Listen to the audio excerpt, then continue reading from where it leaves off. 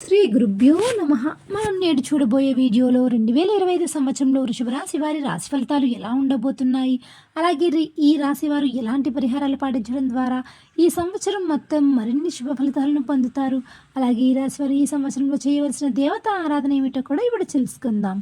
ఈ రాశి వారికి 2025 సంవత్సరంలో గ్రహస్థితి ఎలా ఉండబోతుందో కూడా చూద్దాం. సో వీడియోని అక్కడ స్కిప్ చేయకుండా చూడండి. వృషభ రాశి వారికి గురుడు జనవరి 1 నుండి మే 9వ తారీఖు వరకు వృషభ రాశిలో సంచరిస్తున్నాడు.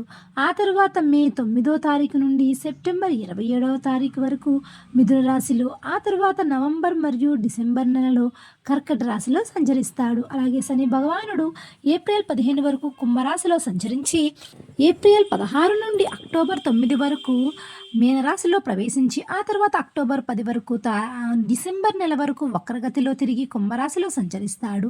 అలాగే కేతువు మే 15 వరకు కన్యారాశిలో సంచరించి మే 16 నుండి సింహరాశిలోకి సంచరిస్తాడు. ఇక రాహువు మే 15 తారీఖు వరకు మీనరాశిలో సంచరించి మే 16 నుండి కుంభరాశిలోకి సంచరిస్తాడు.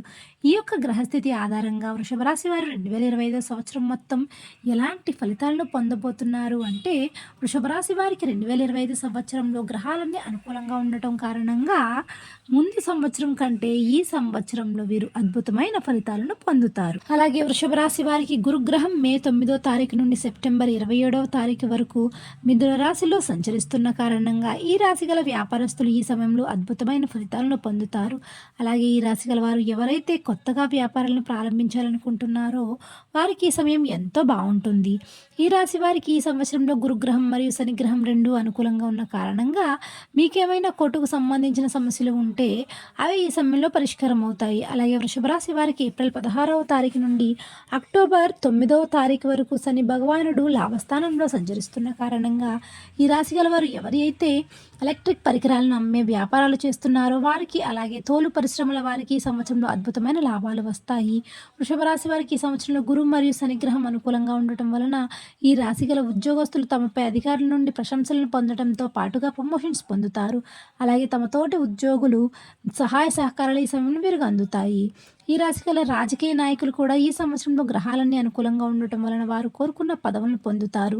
అలాగే ఈ రాశి గల నిరుద్యోగులకు ఈ సంవత్సరంలో తప్పనిసరిగా ఉద్యోగాలు వస్తాయి. ఈ రాశి గల ఉద్యోగస్తులకు వారు కోరుకున్న ప్రదేశానికి వారి ఉద్యోగం ట్రాన్స్ఫర్ అవ్వడంతో పాటుగా వారి యొక్క శాలరీ కూడా పెరుగుతుంది.